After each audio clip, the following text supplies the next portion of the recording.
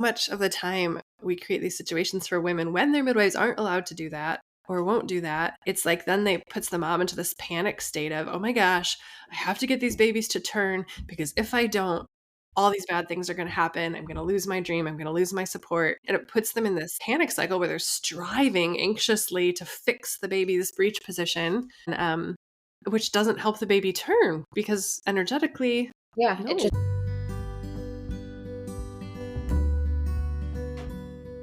Holy Wild Birth is a podcast embracing the reclamation of giving birth, rooted in God's original design, undisturbed.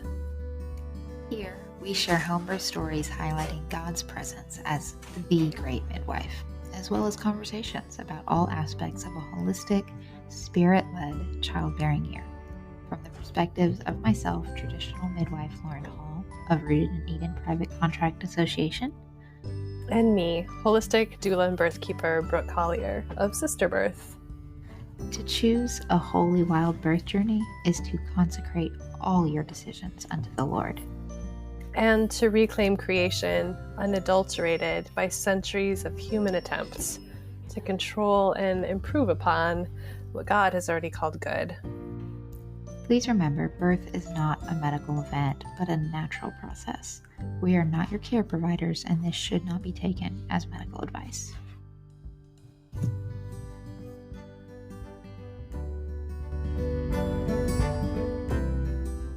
Well, good morning, my friend. good morning. You look so cozy and loungy in your cool chair and your cool green wall and your beautiful mug. Yes, Yeah. it's a fun little office now here. I don't know if our listeners know about my office. I guess the last They couple do of years I not. might have been talking about it. I don't know. But late September, beginning of October, I got an office for my midwifery practice, and actually kind of got two offices. So one's Like not outside your home for the first time Yes, ever, right? outside of my home, because my Yeah. office was in my home, which was lovely, and I liked how quaint that felt, but I also did not love the amount of children that interrupted my prenatals or my recordings or my Yeah. birth calls or That's all real. the things. Home And office so struggles. yes, so I ended up getting it's 4 minutes from my house. It's been really fun decorating, and it's in I wanna say it was built in the 1920s. It's the old city hall for my little town, and so there's several little businesses within this, like a cute little bookstore, and there's a lawyer and a massage therapist, and then myself. And so there's not very many people, very low foot traffic, and I have the back door, which is right up against the parking lot.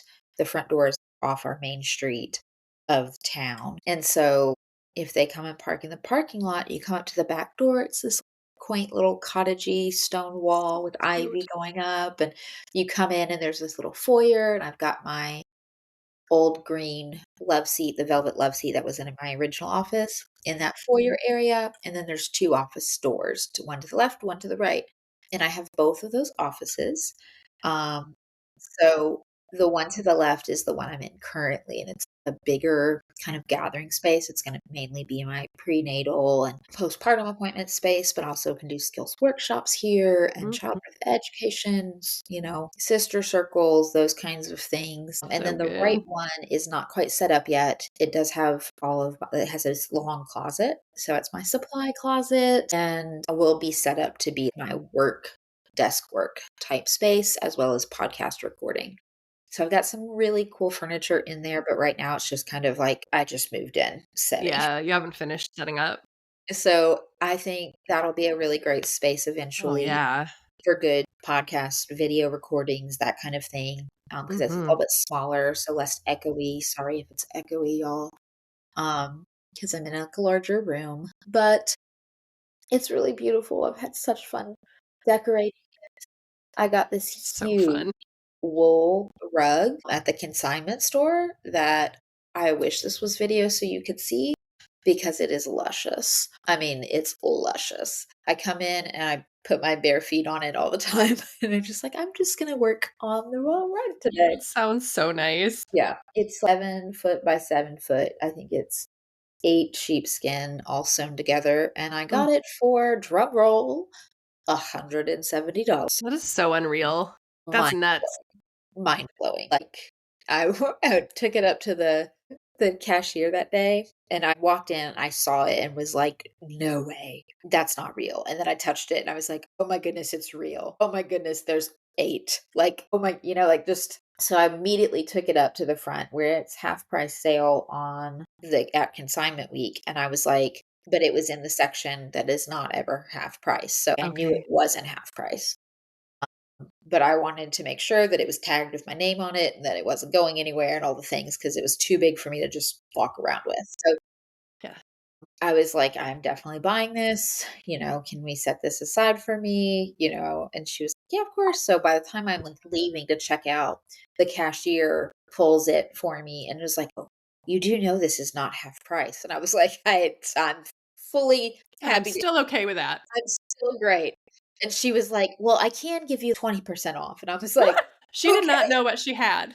She had That's no clue because she was like, it was supposed to be more than I paid 170 with a 20. I was like, "I feel like I'm stealing from the person who consigned this. It's okay." I was fully ready to pay half price because it was still less than what one sheepskin would be. But yeah, amazing. so That's incredibly such a blessed. score. Such Incredibly a blessed. score. Yeah, I love it. Well, I'm hoping I can get myself down there to see it and You will have to. We'll have to play do it. with pelvises and baby dolls and Do so a on and so skills forth with you workshop. this winter. Yes, yes. I think It's on my goal list. we're doing what? January, February? When did we decide to do that? Well, yeah, we talked about January, February. I still haven't told Tim that I want to do that though. So I really just need to have that conversation with him. And then we can get more Does he serious listen to about the planning. podcast? No, he does not. We can talk about him all day. He'll never know. Just kidding. Yeah, I was just thinking about trying to figure out how, what I wanted to do and get that set up. Not even just for the one that you were wanting to come down for, but also think I want to start doing them quarterly I love that idea. so that You our have the space for it now. I And have the space for it. So I want to utilize that and really put a place for especially our students to be able to come yeah. and get some of those skills, hand skills that you just can't learn virtually. And yeah, that would be so good. So, I would love to be able to know that they could do that. Yeah. I think I told you this, but I've just been feeling that there's this ever widening gap between what my head knows and understands and what my hands have experienced doing. And I'm sure. like, how do I bridge the gap? So, and it feels like it's kind of sometimes can be a little tricky to find places where it feels safe to experiment and learn things like that Yeah. without criticism or judgment. And that might be partly me projecting, but Yeah. also partly I think as I move through the world as an unlicensed birth keeper, it's like this thought that certain people might think I have no business even trying to learn these things. So I it's mean, like, I would rather just go do that with Lauren where I feel comfortable and I know that she's got me and she's not judging me. yeah, absolutely. I will say, as someone who goes to lots of those kinds of skills workshops and conferences, dear, forgive me, I did not put my phone on Do Not Disturb. Sorry for the random beeps in your ear, ladies. Well, forgive me because I did not put my children on Do Not Disturb and they're being so loud right now. So, anyhow, as someone who has attended many workshops, in fact, coming off of a really great one recently, I will say that is one thing that I've really loved about attending the midwifery conferences is that there's a lot less division, at least how I've experienced it. There seems to be a lot less division than what we expect in our heads, what we kind of That's build great to up. hear. But I have especially the last 2. So I went to one just recently with Nicole Morales and Christine Loria in New York, and it was a breech. Now, both of them were breech, so I think at that point you automatically are getting people who are open-minded, right? But it was a breech conference in New York, and then the one the year before was also a breech and twin conference, and it was a much larger one. Um, and I think maybe a day or 2 longer even, and several big names, blah, blah, blah. It was a beautiful conference, but both of them had an array of traditional midwives, birth keepers, whether they were trained as midwives and using that title or entering in to birth work more fresh. We had CPMs and OBs at the first one. There was just an array of people and across the country, just different states, different licensing requirements that they had come from, different ways of addressing how they were going to, approach that topic. And by the end of both of them, especially the first one was very palpable, where you walk in and everybody's kind of like, who are my allies? Who are my enemies? There's just nobody saying that, but there's just that in the air, like, do I belong here? Do I need to watch my back? Yeah.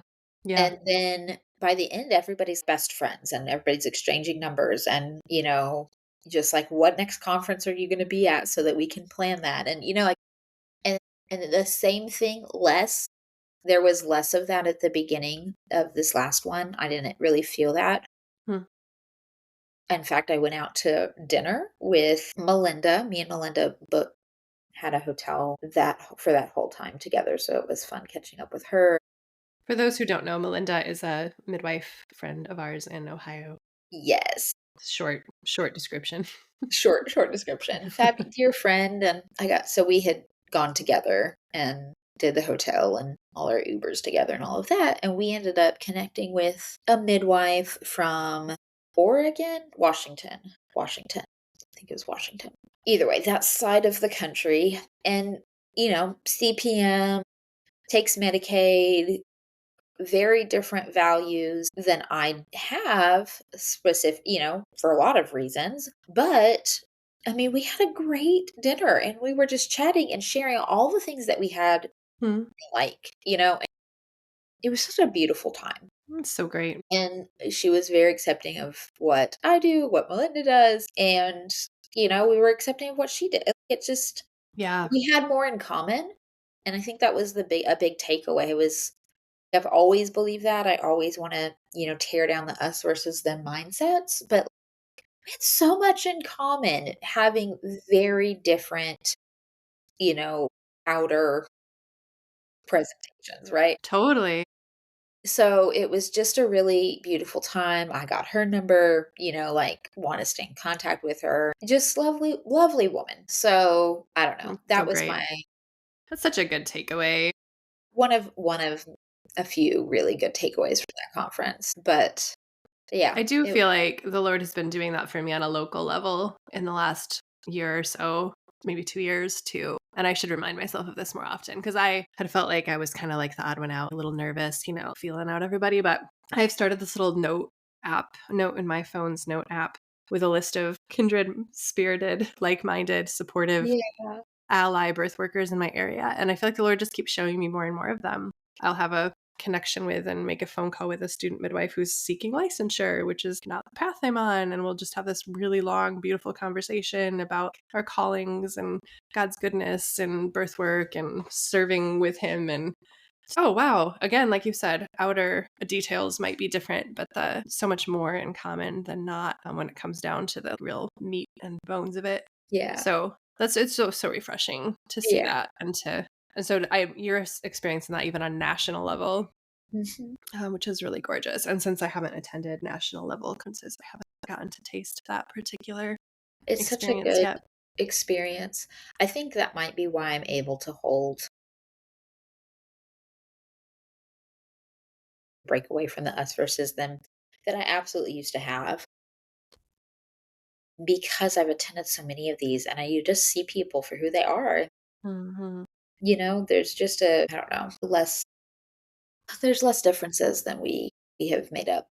I would give credit to the person who said this, but I don't know if she wants the credit, so I'm not going to share her name. But someone at the conference said, the unlicensed or those who are of the traditional or the unlicensed, it's like they seem to think that those of us with licenses don't like speed. It was like, you all have a driver's license, but I bet some of you speed. Sometimes Sure. sometimes we don't, always follow those Yeah, regulations. absolutely. And, Yep. it was just an interesting way to hear it, and was like, "You're right. Not everyone's following that. They might go Right. 5 over in that 45 mile per hour Mhm. space. They have the license because it opens up certain doors or Right. opportunities that they Yeah. feel would be beneficial to them and their goals, but Right. And that's they're what they want, you know? And so, I don't know, it was an interesting I was like, I don't think I've ever thought of it that way." I guess I have in some ways, and I feel like for me in integrity, I felt full, going the PMA route, being in a lawful it's kind of like a lawful civil disobedience is the best like, that's kinda how I view how I work. It is in a civil disobedience, but it is also using the Constitution to my favor and walking out full rights that was given to me by the Constitution. And that feels better to me than signing up and saying I'm going to follow these things and then knowing that I'm going to break them, especially in my state specifically. Like my state's pretty tight on all of its regulations. So, in their states like your state or places like Utah or Minnesota that is you can be licensed, unlicensed. Licensing gives you a few more abilities to run labs or carry certain things, whatever. That I could see where that might be tempting. I don't know. Just open-handed, I guess.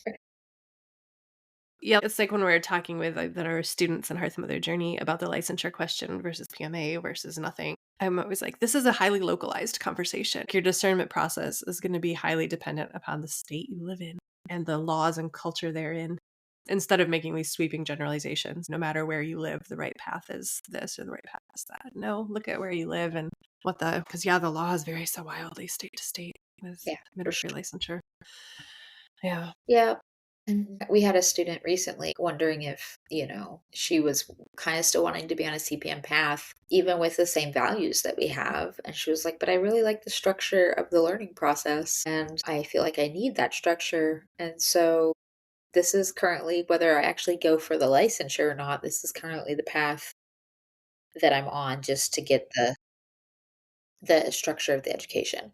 Yeah. And um, she's like, so I don't know if I'll stay on this, but I was also afraid to say that. Mm. Unsure if I would get to stay within this community. I'm like, I'm not kicking you out of anything because people are called to be CPMs. Yep. Yes. Absolutely. Like, Absolutely. it's okay. It's okay. We're not that exclusive. So, Nope. Yeah, anyway, we have to be careful not to other people in the other direction.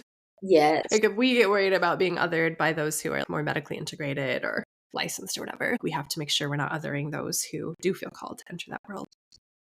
But absolutely. speaking of our Hearth Mother Journey students, real quick, I just thought it would be fun to mention that we just graduated a cohort and Did.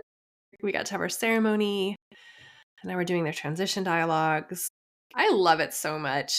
I just love getting to especially the journey stories. So listeners, we have our Hearth Mother Journey students write or perform or make a poem or do art in some way, shape, or form. They kind of create this piece that summarizes and encapsulates what their year in Hearth Mother Journey was like and what God gave them and what he did through them and in their lives during that time. And then we put them all up in a gallery so they can look at each other's. And I mean, it's just sitting down to look through them all, man, I don't know. I did it mostly in one sitting. It was just so moving to see and so humbling, right? I was like, It I is. I can't take credit for this. This is like these are just women who've like given God their yes and submitted to going on this journey and just kind of like we're really open to whatever he might want to do. And it's sometimes surprising twists and turns. And sometimes they thought they were getting into Hearth Mother Journey for one set of reasons. And then God's like, actually, this is what we're doing. It's just so beautiful. And It my heart is. feels so full after graduating a cohort. It's like, I can't believe we get to do this. It's the most rewarding. I'm like, this is our job. What? I Like, know. like just to get to see all of these women just more ignited with passion for their Lord and for their call and birth work. And it's just such a beautiful thing. The testimonies that come out of those journey stories and the commissionings and the transition dialogue. It's just or those feedback forms. I can't tell you how many times I've weeped after reading a feedback form. Like, Hmm. okay, that's fine, thank you. Like, Yeah. it's just so rewarding. It's so rewarding and it's so humbling. I'm just like, okay, God, you do whatever you want with this little measly yes of ours. And it's Mhm. just, yeah, it's really cool. So good. Happy Yeah, sigh. And it feels crazy that now that we're doing 2 cohorts at once, we're we're gonna about be to doing have, this again yeah, in just, April. Well, at the same time that we're bringing in yet another cohort to start in April. So yeah, this is a wild ride, it but I'm here is. for it. Yeah, yeah, for sure. It's gonna Mhm. be, it's an interesting, I guess this will be the first time we've had, it was the first time we had like a HIS 3. We were kind of juggling Mhm. 3 groups all at one time. And so now we're back to 2 for a short period. Well, I guess Yeah, we're still kind of kind doing, of. we're Yeah, still doing transition dialogues for a right. few of that cohort. Yep. But yeah, we'll be right in there with a new one in the spring. Yeah. So I just feel like suddenly led to say this too. If there's anyone listening who's been putting their hand to the plow, entrepreneurship or trying to launch their thing into the world, sometimes I pause and think about how I've been working for myself for quite a while. And I never would have seen that this was where it would end up going, doing Hearth Mother Journey with you. But it's felt like the breakthrough thing for my self employment, like my, whatever we want to call it, entrepreneurship ministry. I don't absolutely. really love any of those words, but this is about the breakthrough thing. I'm like, aha, here it is. Like, this is the thing. And so I just wanted to share that because before this, there were years and years of trying this, having it fall flat, trying that, having it fall flat, quietly sewing in, showing up consistently, writing newsletters and posting on social media and making comments on Facebook and dreaming and making stuff and then just kind of frustration and it doesn't really take off or explode the way that I envisioned. And so you just never know Yep. where the thing is going to be and where God finally just blows some life on something and is like, here it is. Yep. I would So say the exact same thing. I feel like I had the same experience working and, and some of those things absolutely fed into, they were the groundwork and the foundations for yeah. what we did Mhm. together. So there was a lot of preparation individually for Yeah. this. And then man got just like, okay, now we're going to put these pieces together and give you this direction and build this way. Mhm. It has been absolutely such a blessing, not just for, like, I mean, absolutely. It's been the thing that was a breakthrough for my family financially and, being able to like really have steady income, Yeah. like was just such a blessing. And also the fact that it is such a blessing for those who've gone through it is like just the coolest. I'm like, okay, God, this is God. This is just God. Because to So be able to feel that the work you're putting out into the world is actually making a real difference in real people's lives difference for is, people. yeah, it's so rewarding in a way Yes. that has nothing to do with money, Yep. even though that's part of it Absolutely. too. But yeah. So any other like mamapreneurs out there listening, I hope that backstory encourages you in some way. Yeah, just keep putting your hands to the plow, keep praying, keep listening to where the Lord wants you to go and follow his prompts. Yeah, because even like we've talked about this in our origin story episode for the podcast, but they're like you just like saying your next right step, right? He doesn't often give you this huge 10-year plan, but you and I were both led very clearly to start a podcast together. That was just one step. That was just going to be a free, fun project we did. And Yeah, then only after that happened did he give us these other seeds to nourish right. and grow together. So just keep saying your next right thing and giving him your yes to the little steps along the way. Yeah. You can see where he Yeah, I takes don't you. think I would have never built HJ the way it is if I had not partnered up with you. And I had been dreaming it for a long time and I could see it and I could see the pieces, but I only had half the story. And Yeah. I needed you. And he brought that together. Yeah, I think we really did need to do it together. So this rogue individualist me needed needed to do teamwork and yeah. Okay, well, what other life updates do we have? I'm jumping all over the place, but I really wanted to last time we recorded a cup of tea episode. I was about to hang up from our recording to go look at a Ford Transit van called Passenger. Yes. That's been quite the journey. It has. So I felt like I know I was joking with Lauren before we recorded. I know you guys have all been on the edge of your seats wondering if I got a transit. Just kidding. I know you're not that involved in my life, but we did get it. We did buy it. And so it was sold as a 12 passenger and the seats weren't in it though. There was the driver's in the passenger seat, but none other. And he said, but I'm pretty sure I have them in storage in this one area where I've stored things in the past, but I need to get into it. And in order to get into it, this guy named Raj needs to get me in there, blah, blah, blah, blah, blah. Anyway, 3 weeks it took him to get into that storage unit. And 3 weeks, we just had this van sitting in our driveway that we couldn't really use because there was no seats in it. So while I was waiting for him to get in, we had a trip coming up and I really wanted to take the van on our trip out of state. So I was trying to source a backup plan in case on the day he was getting into the storage unit, he couldn't find the seats. So I did find some, and praise God, they were 15 minutes away from my house at a junkyard, a complete set. But when I called the junkyard to ask about the seats, he's like, yeah, I got the whole set for you. He's like, I got 2 in the second row, 3 in the third row, and 3 in the back row. And I was like, well, that's not a 12 passenger van. I have a 12 passenger van. He's like, no, you don't. So I had to Google it, and the year and make and model of my Transit, there was no 12 passenger version. It is a 10 passenger. But because there was this rubber matting laid over the floor of the van in the back, I couldn't see the mounting brackets. And even when I did look, I didn't know how the seats clicked in. Anyway, long story short, I only have a 10 passenger van. And then the guy, when he finally got to his storage unit, the seats were not there. So I did buy them from the junkyard. And even acquiring them from the junkyard is quite a long story that I won't get into, although it is somewhat hilarious and heartbreaking. And one of the seats doesn't click in because the mounting hardware in the bottom of my van doesn't match the seat. So I now functionally have a 9-passenger, 9-passenger transit. which is only one more seat that I had in my minivan.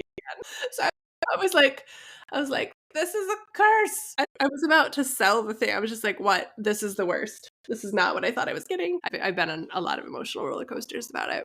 Yeah. But we took our 9-passenger transit on our out-of-state road trip and realized that in spite of the fact that it's only one extra seat, it is a lot more spacious. It's a lot easier to get in and out of rows. It's a lot easier to clean. There's a lot more empty space for putting things in there, like a cooler and whatever, toys and like it's a lot more spacious. So we like it well enough, and because we've already registered it and insured it and paid taxes on it, we'll keep it at least for now. And we're hopefully going to get a way to get that 10th seat in, but that's going to require some work. Yeah. And money to do I that. still think you should come visit us, and then my dad and Brandon can fix it for you. That's I told Tim that thought, and he's like, oh, it'd be done. yeah. Then we would drive home from that road trip with our whole 10 seats. Exactly. And that's what Brandon used to do as metalworking. Right.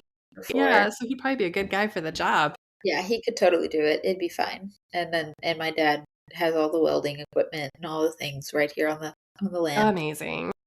Just come down. We'll get it all. I mean, I know we could find a way to do it here too with some hookups we have, but an excuse to go visit you guys would be nice too. So right, exactly. Yeah. Look at the other options. We're your option. Yes. And first, I just need the most impractical one, but yeah, it is definitely the most impractical. First, we need to sell our minivan, and I need to just detox from transit stresses, and maybe we'll figure it out. Absolutely. So, note to those of you looking for larger family vehicles, apparently there is such a thing as a 10-passenger transit. I didn't even know that was a thing. So, 2016. Check carefully. Right? Yeah, I got a 2016. Yeah, did not know this. Did not know this. Nor did I. Yeah. Anywho, what else is going on for you guys, Lauren? Personal life stuff. Let's see what's going on. I don't know. We got a terrifying scare around my father's health that ended up being someone reading a scan erroneously incorrectly. So, good news, my dad does not have heart cancer. He also has a diaphragm that happens to be below his heart, which is where everyone's diaphragm is, in case you were wondering. So whoever was reading his scan thought that his diaphragm looked like a mass on his heart. It's just a little displaced, so he needs to, have a diaphragmatic release and carry on. We thought that there was something major going on, but it did lead us down a rabbit hole of talking to a doctor who actually read his entire file and possibly found an answer to all of the symptoms that he has been having pretty much his whole life. So we'll see if that hairy rock that got turned over actually ends up being a blessing in disguise, despite 2.5 weeks of everybody. Okay, we're praying for there to be, for this to be nothing. It actually was nothing. It was just his diaphragm. So that's good. Thank you, Mhm. Lord. I not I think thank you, Lord, for the misread, like really could have Yeah, just somebody not saying anything about that they obviously didn't know what they were talking about. But trying not to be really angry about that 2.5 weeks. Really thankful that it's not something it shouldn't be, I guess. absolutely. That's taken up a lot of my last almost 3 weeks. So yeah, I think that in that the beautiful Breech conference, which I talked a little bit about, but I really enjoyed being at a Breech conference that was teaching Breech from a midwifery perspective. I've learned a lot from um, a couple OBs like Dr. Stu, David Hayes from Breach, and I really appreciate what they've brought to the table. I'm really thankful for their work and how they support midwives, and how they, are keeping breech skills alive. But there was something extra special Mm, about learning breech from two experienced breech providing midwives I bet. that was just it wasn't, it was the midwifery model. Like, it was just learning from the midwifery model, and that was so deeply valuable, and there was definitely some things that they taught that, I don't know that it was like, "This is massively different," because it was, like, largely some of the same maneuvers we're talking about, but the way they talked about consent, the way they talked about moving mom, which was never really talked about in other things, like, it's something we know, but just very much the way midwives handle shoulder dystocia are the way they're handling, a stuck breech, and so it just that, Mm, I think, was a really beautiful thing. And then watching one video, I think it's still just incredibly connected to my heart. Christine shared a video of her handling a very emergent breach, very stuck, not doing well kind of situation.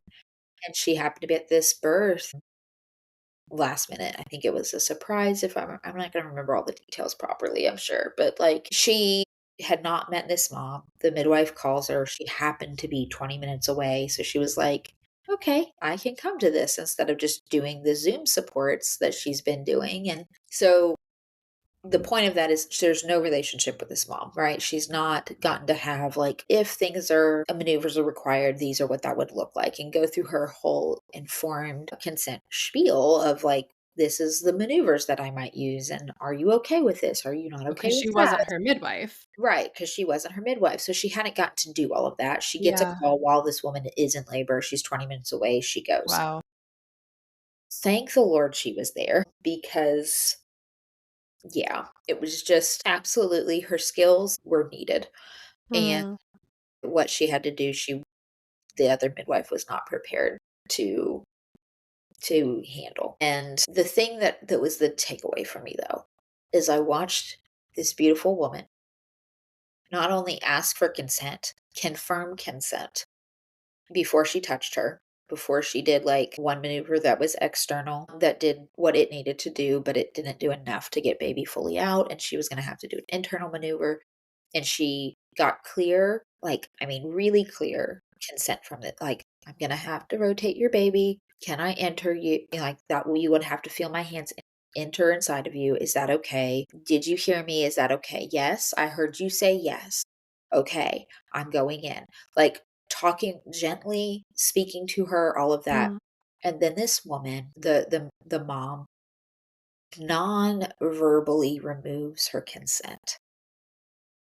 And Christine honored that. And she removed her hands and I she wanna knew back it up and say she honored it, but in order to honor it, you have to detect it, to, right. notice it, and I don't think everyone even knows how to do that. She noticed it. She realized that she was crossing a boundary, that this mom had gone into a complete trauma response. And she removed her hands and she knew she had to get this baby out, not internally. It was going to be harder to get it out, but she was able to get him out while honoring this mom, because this mom was Mm. like, she was trying to get her to move. She wouldn't move. She was just totally struggling. And so she did. She put her on her back. She was able to do a maneuver that held the baby's pelvis to do the more of an OB maneuver, but it was what needed to be done to not it's a lot harder, I think, in my opinion. It's harder on the baby to some degree, but it's just she didn't have to enter her with her hands, and it's putting her on her back, just things that we don't necessarily want to do, but it was what was called for in that moment to honor this woman and her consent and or lack thereof, and to hear and see this very skilled midwife respond to an emergency that was a very dire emergency. This baby was not doing well, and still honor the entire picture was just, I mean, it was so beautiful. It was so moving. It was so like, I want to even say like convicting. Like, just, I don't know that that's the right word, but it just was like, this can be done, because I think we're taught too often, like, we just got to do what you got to do and we'll apologize later. And it's like, Right. If she the did what emergency she is dire needed enough, to you do. just go for it And anyway, even if they're freaking out. right. And so it was just to see it played out in this beautiful, I wish the video could be public. It's not, because the mom did not want it. She wanted it only used for teaching purposes. But just I was just like, thank you. Thank you for honoring that woman. Thank you for Yeah. true consent. Like, it was absolutely a beautiful thing, and I mean, brought tears to my eyes Mm. to see how kind and gentle and amazing this midwife is. It was not a performance. It wasn't for a camera. It wasn't, I'm just so thankful that it was caught to be shared, and to be taught, because it can be done. Like, Yeah, it raised the bar. She just raised. absolutely. Yeah, it's so admirable. And Yes. she has to have that also shows me how important it is to have more than one way to get at a thing. Yeah. Like, if she only Right. had one tool in her toolkit for getting that baby out, She would have. then she would have had to push through that Right. trauma response to get to that and do that. Right. But because she had other options, that she'd cultivated those skills and developed them, she was able to pivot when needed to respect that mom's consent. Yeah, it's Like, just that's absolutely amazing. beautiful. It was, yeah. So she just raised the bar, and I think that was the convicting piece for me, was just like, okay, this can be done. Like, we Mhm. can do better if we are doing one, better informed consent refusals, making sure we're checking in with these moms, making sure that they know that they're heard and respected, making sure that we have more tools in our kit so that we can pivot when Yeah. in those types of situations. Like, I just, yeah, much respect for her, and thankful for her sharing those things. Mhm. And to that So, mama for being willing to share too. right, yes, yes, Mhm. absolutely, for the mom willing to share Right. that story.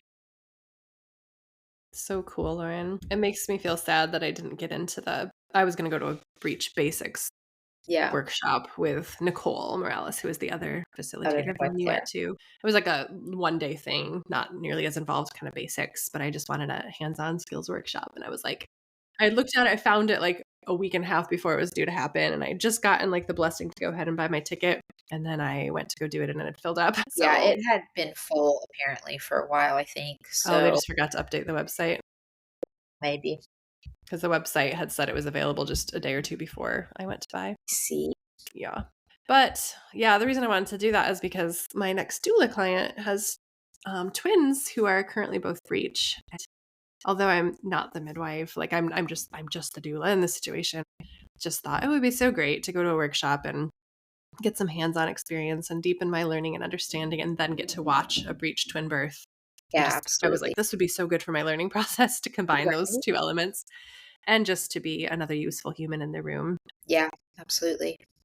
Absolutely. But alas, we'll study in some other ways and just won't be that particular modality of learning at this Yeah. time. And Yeah. those twins could still turn. We will see. But I am feeling really grateful for their midwife because when they found out both the twins were breech, there was this little pause of like she needed a minute to kind of consult with an OB and I think just check in with herself Sure. about her own like boundaries and comfort levels. And my client was a little worried for a minute that maybe it wouldn't pan out. Yeah. But Does she have breech experience at all or training? yeah, she does. Okay. And she was comfortable doing twins where one was breech, the second one, but I guess she needed a minute to think through the double breech situation. But she Sure. ended up coming back to them and just saying, I need you to listen to your own spirit and ask yourself if they remain both breech. Would you like to proceed with a home birth plan still? And my clients were very clear yes on that. And so she was like, okay, let's do it. And just wrote up an informed consent document for them. And Awesome. so what's so beautiful about that and what I love about that is first of all, Michigan licensure allows that. That's within her. She's okay to do that, like without getting in trouble. But secondly, I feel like so much of the time we create these situations for women when their midwives aren't allowed to do that or won't do that. It's like then they puts the mom into this panic state of, oh my gosh, I have to get these babies to turn because if I don't, all these bad things are going to happen. I'm going to lose my dream. I'm going to lose my support. You know what I mean? And it puts them in this panic cycle where they're striving anxiously to fix the baby's breech position, which doesn't help the baby turn because energetically, Yeah, it no, just like babies, tighter. yeah, and for woo-woo reasons, right? Like babies are breech for a reason, and sometimes that reason is emotional. And if we're creating this fearful, anxious environment in a mom that doesn't communicate to the baby, you are safe to turn. 100%. So I just feel so grateful that that pressure has been eliminated from this particular situation. If they turn, that's great. And if they don't, it's still okay. And Yes, that's how it should be. that's how it should be. That's how it should be. Yeah, Yeah, I love that. I love that. I do That too. she's getting the support she needs and that you'll maybe see some breech babies. It's probably weird that I sort of want them to be born breech. I should probably release that. But I feel that. I'm like, I definitely sit within this, like, trying to have this balance because I don't believe breech is a variation of normal. It's not. It's not normal. There's a lot of reasons that a baby should be, like, even neurologically, like, that they should be following that pattern and the way they settle in the uterus, like, I mean, just all of the things. We are meant to be head down, but there are various reasons why a baby might find breech because of the room that they have in the pelvis, mhm, because of some placenta placement, because of cord, like there's lots of reasons. There shouldn't be fear connected to that just because we've stepped out of, you know, what birth is, like I think it might have been Christine. She was like, the only normal is an LOA position, technically, but like that doesn't mean we don't let moms have a posterior baby or an art, like right. whatever. Like that's not, but it's not the way God designed our uterus, the way that it's not symmetrical. Like there's a slope that they nestle in that way. Like they can make a long arc and go around the whole pelvis if they need to, but like these are not, a shoulder dystocia is not a variation of normal. Like can it be Hmm. handled at home? Yeah, but it's not normal. And so I don't know. It's just this place of it's not a variation of normal, but it can be handled with if it needs to. And most of the time, especially like a multip, not going to need anything but maybe a shoulder press. But they do need some support often. And so Yeah. it doesn't need to be feared. And I actually am fascinated with breech and I love breech and I've given birth to a breech baby and I've had multiple Mhm. babies in my body breech. And so I do have just a special like place in my heart for breech birth, for breech babies. Um and I absolutely love it. I have no fear around breech. But I think there is it's that pendulum swing thing that Yeah. it does take heart it takes more skill to handle those. So, yeah.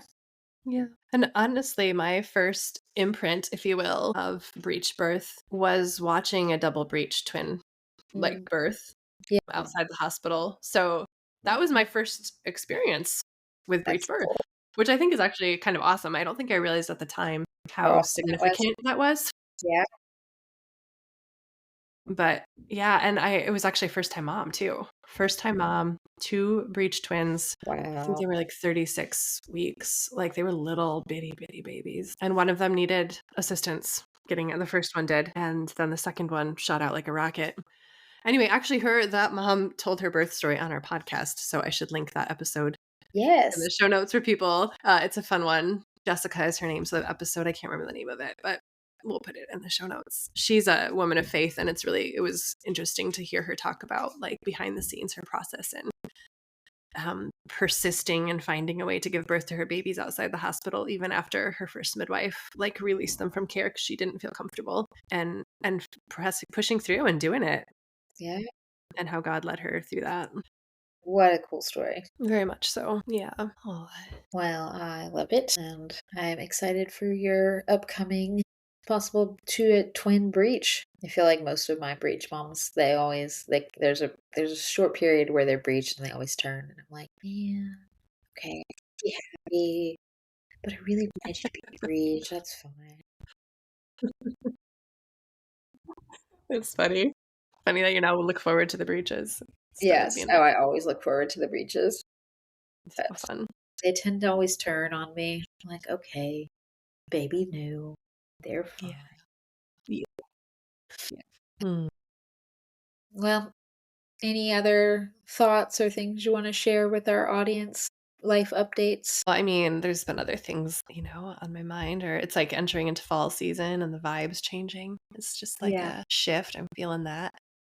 I saw your photos you posted. Was a new green duvet that you put on your My green linen duvet. It's actually gosh, not new. is it not? My mom gave it to me for my birthday in April. I'd had it on my wish list for like years. When the summer came, I didn't want a down comforter on my bed. So I had taken everything off and put on like a thin cotton white overlay or bedspread instead. And so as the weather switched, that was one thing I was looking forward to. I love seasonal bedding. Yeah. So I'm like, I'm not going to do flannel sheets yet, but I am going to put the down comforter back on with a linen duvet cover. So that's fun. And then just I think other fall shifts for me is like a lot more hot beverages, multiple a day. I love that Right. so much. I love sleeping with the windows cracked this time of year so you can get that cool air I love a cold bedroom. And then, I think menu planning. I love menu planning better in the fall too because it's back to like soup and stew Right. season and like crock pots and slow cookers, and I just really enjoy that kind of menu more than summertime menus. Right. Kind of like revisiting what meals I want to put in the rotation for this fall. I think that's the only thing I like about the cold season is the food, is the warm, cozy food because And I the just don't like sweaters. Don't you love the cold. sweaters? I don't like being cold But the sweaters keep you warm. to a degree. I like my wool, so yeah, I guess. But no, I would much rather be in a linen skirt All year round. all year round, like if I could, but I would be too cold.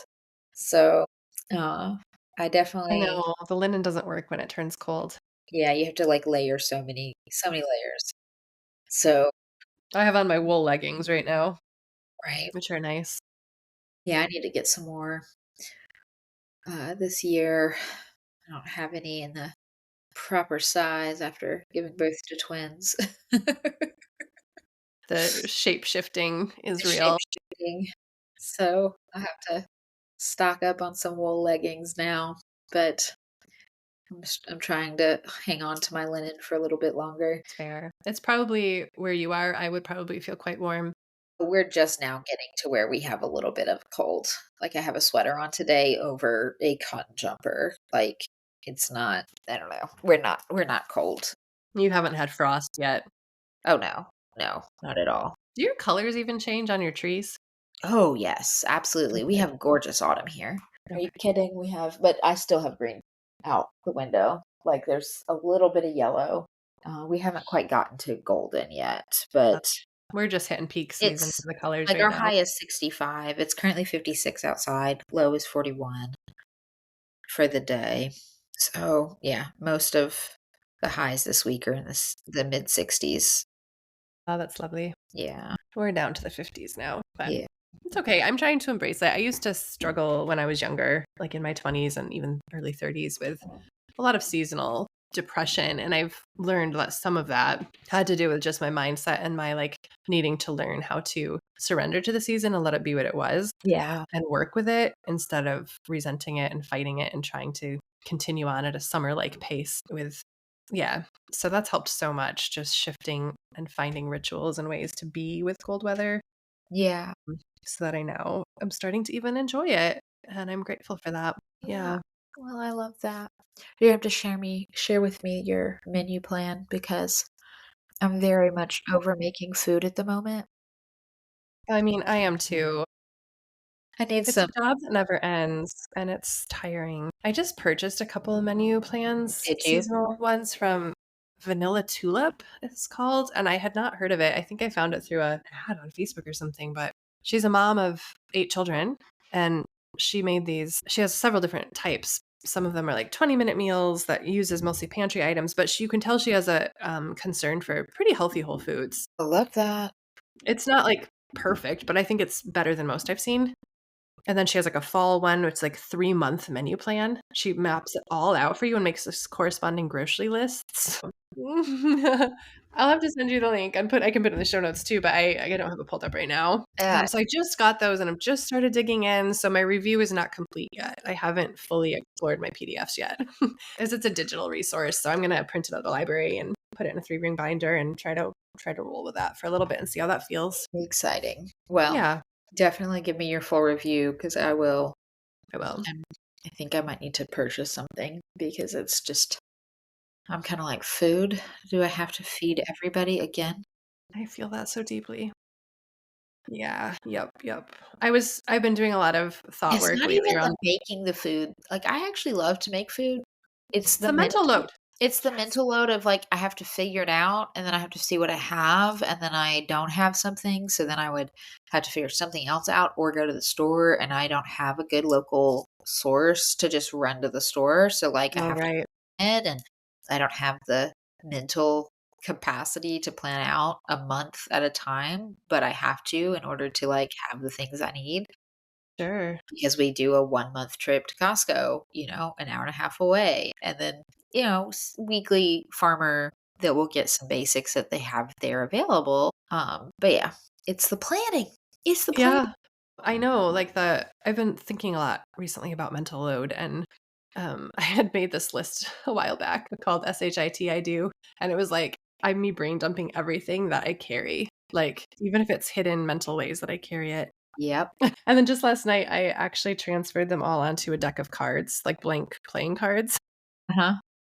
And put I tried to condense it like into categories and still ended up with like 35 cards. And on the back of each one is a list of everything included in that. And I'm looking at this little stack of cards and I'm like, no wonder I'm tired. Like, Right? no wonder things are falling through the cracks of my brain. It's because I'm holding so much mental weight. It So sounds like I'm, a fair play deck. well, exactly. I did. Yeah. Yes. Because I did read that book like a year and a half ago Did you? and was inspired by that idea, but her pre-made cards didn't quite fit for like the particular situation of our family. Sure. So I thought I just want to make my own. And then this was an interesting experiment. I tried to make my husband's deck. I was like, let me think. What is he holding and carrying that I can see? Because I'm sure there's things I can't see. Right. And I'm going to actually ask him to make or tell me. Like, add to Like, this. What else yeah, did I forget? Yeah. exactly. Because I'm sure there's things. That's the whole thing about mental load is it's often hidden. And so this Right. like process of externalizing it and making it visible so that you can then deal with it. Because I'm trying to think, are there some of these cards that we could more equally like share or balance between us, and what might that look like?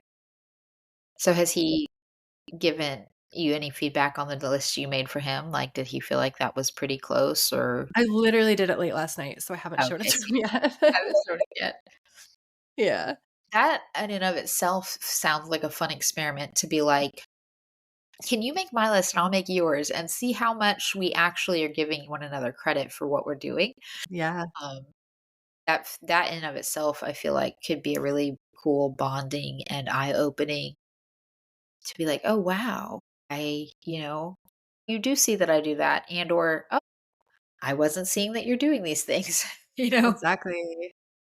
So Yeah, I think it could be a really interesting conversation. A conversation that feels like it needs a little space So I'm like, where could we have like a couple hours uninterrupted to kind of play with these things and With those, yeah. talk through them? But yeah, it's an interesting experiment to externalize your own mental load and just name it and see it. And I then think if you're, as a mom, if you're tired and discouraged and feel like you're failing all the time, you look at that list and you're like, wow, I'm doing pretty good, all things considered. Like if I'm carrying all this and everything is still somewhat functional in my life, props to me.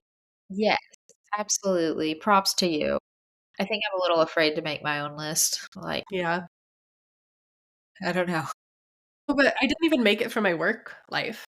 I Oh, good. only did it for home stuff, like home related, personal, like our household and family Yeah, life.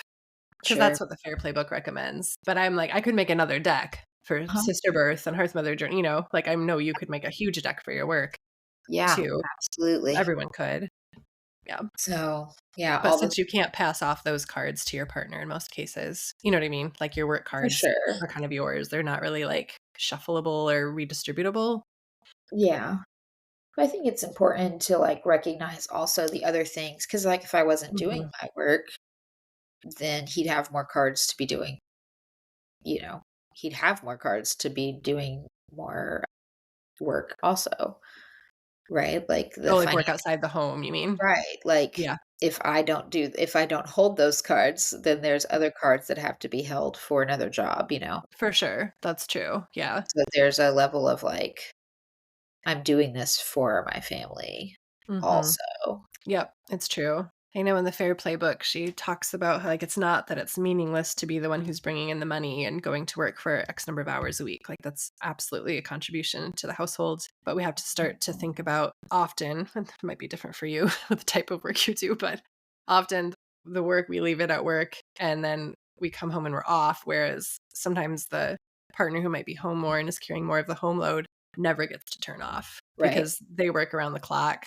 Whereas the Yeah. partner who's going to a traditional 9 to 5, for instance, Yeah. often is That's done not after 5, and then they're chilling. true for midwives. Not true for midwives. Yes. There is no off time. Yes, that is a different situation. All right. Oh, I just realized we're past our hour mark. We've Oh, been are we? chatting for a while, haven't we? Which is Just interesting because I thought we weren't gonna make it to the hour there for a second, and then the mental load conversation. pushed us over. I think we could probably talk about that for an hour. That could be a It's true. whole conversation. Yeah, absolutely. But yes, beautiful, and I might be inspired to make a deck. I think I'm a little intimidated. I think you'd find a helpful friend based on what I know of you, because there is something about having these manipulatable tactile Right. objects that you can move around, and kind of like it did feel different than having like a list typed in my phone. Yeah. Yeah. I do Because then I'm appreciate like holding our this deck of cards, right? Like, this is what I'm carrying. I'm, like, yeah, holding them up for you. Yeah, and then to think even if I do sit down with him, we can literally move cards around. Like, yeah, this has been in my hand, now it's gonna be in your hand. yeah. And I mean, it fits very much along with our like index card Mhm. system anyways. Like I have all of my cards for our home. We just have used them slightly differently because I liked for our kids to see the things that we were doing and that have to be done to take care of the house Yeah. and so like they have cards that are their chores and like we just love that and that's worked really well. But yes, I think I might be a little tad overwhelmed with my home and work life right now. So I'm like, I don't think I want to look at my cards. You need 2 decks. You need a work life deck and a home life deck. Yeah. So a ministry deck and boy, so many decks. Mhm. Yeah, the ministry life one, I didn't quite know where to put that. It didn't really it's not home or work necessarily, but kind of. Yeah, for sure. Mhm. So, all right. Well, hopefully this has been a fun little look inside of Lauren and Brooke's brain and life, and maybe something inspired you or encouraged you out of this fun little conversation. Maybe you too need to make a deck or a meal plan or study Breech. I don't know. Let us know in the community what's going on with you in your life. Yeah, please do. We do love that. Yeah. All right, friends and friend Lauren. Thanks Yeah. for the good chat. Thanks for the chat. All right. I'll Okay. chat with you later. All right. Bye. Bye.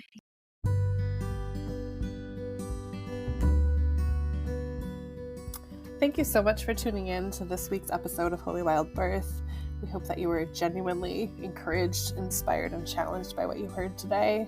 If you're loving what you hear, please make sure that you share it. Leave reviews. That helps other mamas find this content as well. And don't forget to read the show notes, okay? Because that's where you can find our email address if you want to reach out to us and start a conversation. It's also where you'll find free offerings as well as invitations to work with me and or Lauren. We can't wait to get to know you. See you next week.